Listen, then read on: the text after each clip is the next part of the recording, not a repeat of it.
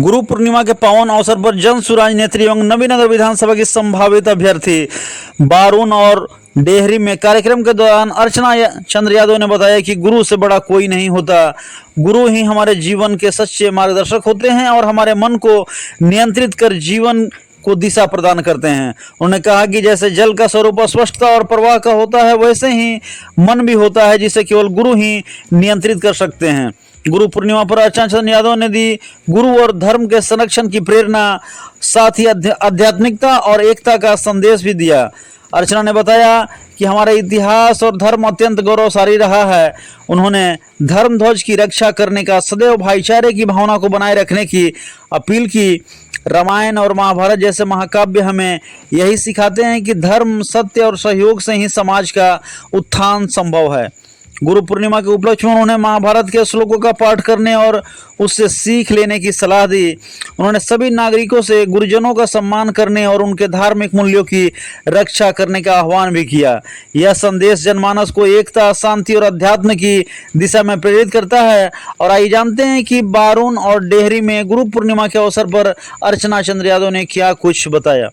आज ये गुरु पूर्णिमा का पर्व है कि आज सभी लोग हम एकत्रित हुए हैं। इंसान किसी भी रूप में जन्म ले ले, लेकिन जब तक गुरु के संस्कार में नहीं आता वो अपना जीवन खूबसूरत नहीं बना सकता। हमारे सनातन में गुरु के लिए एक बात कही गई थी, गुरु ब्रह्मा गुरु विष्णु गुरु देवा महेश्वर गुरु साक्षात परम ब्रह्मा तस्मै श्री गुरुवे नमः। इसलिए मैं आप लोग से कहना चाहती हूँ कि महर्षि वेद व्यास को जब हम याद करते हैं तो हमें वो महाकाव्य याद आता है जो भारत का सबसे बड़ा महाकाव्य नहीं, विश्व का सबसे बड़ा महाकाव्य है। उन्होंने महाभारत में दो व्यक्तियों को सामने दिखलाया था, एक शकुनी को दिखलाया था और एक कृष्ण को दिखलाया था। जो व्यक्ति रचनात्मक सोच के साथ समाज का कार्य करेगा वो समाज में जरूर सम्मानित होगा। और शकुनी ने हमेशा नकारात्मक काम की और उस नकारात्मक काम का परिणाम क्या हुआ समाज के सामने है। इसलिए यहाँ आए तमाम लोगों से कहना चाहूंगी, माता पिता आपको ये शरीर जरूर दिया है, लेकिन बिना गुरु के संस्कार के आपका जीवन खूबसूरत नहीं हो सकता।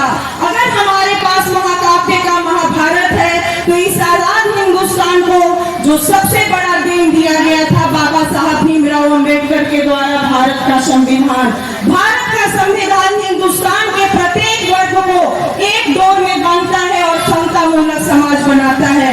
इसलिए आज तमाम लोगों से कहना चाहूंगी कि मेरा इतिहास भी खूबसूरत रहा है, हमारा वर्तमान भी खूबसूरत रहेगा।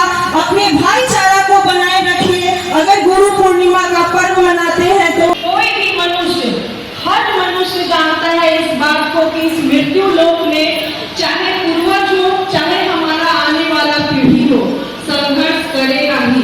माँ बाप इस शरीर की रचना कर सकते हैं, लेकिन मन को कंट्रोल अगर कोई करता है तो गुरु ही करता है। मैं आपसे कहना चाहूंगी, पानी और मन दोनों एक जैसा होता है। मन भी हमें इतना लोभी बनाता है कि वो हमेशा नीचता की ओर ले जाता है। जिस तरह से पानी हमेशा, अगर आप पानी को कहीं से भी छोड़िए पानी नीचे गिरता है, वैसे मन को अगर गुरु न कंट्रोल करे तो मन भी कभी ऊपर नहीं जाता। इसलिए गुरु पूर्णिमा का दिन है, मैं गुरु जी से कहना चाहूंगी कि हमारे मन को इतना कंट्रोल कीजिए कि हमारा जीवन सार्थक हो जाए।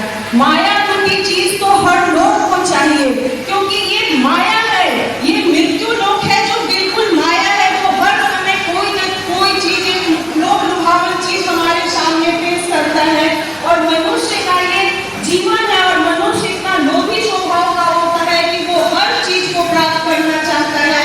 लेकिन मैं अपने गुरु से सिर्फ एक बात कहना चाहूंगी, मैं अगर इनसे जुड़ी हूँ तो मेरी साधना बस यही है कि फिर से इस मृत्यु लोक में मुझे मत आने दीजिएगा। जिस सांस के यंत्र को आपने मंत्र से बांधा है, मेरा प्रत्येक सांस वो मंत्र से चले। और क्योंकि हम सभी जानते हैं कि गुरु ने ही सिखाया है कि 84 लाख योनि प्राप्त कर बीतने के बाद हमें मनुष्य योनि मिला है। और मनुष्य एक ऐसा विवेक वाला प्राणी है जो अपने आप को समाज से हर समय भगवान के अपने आप को करीब लेके जा सकता है। इसलिए यहाँ पर आए सभी लोगों से भी मैं कहना चाहूंगी कि अगर आप सही में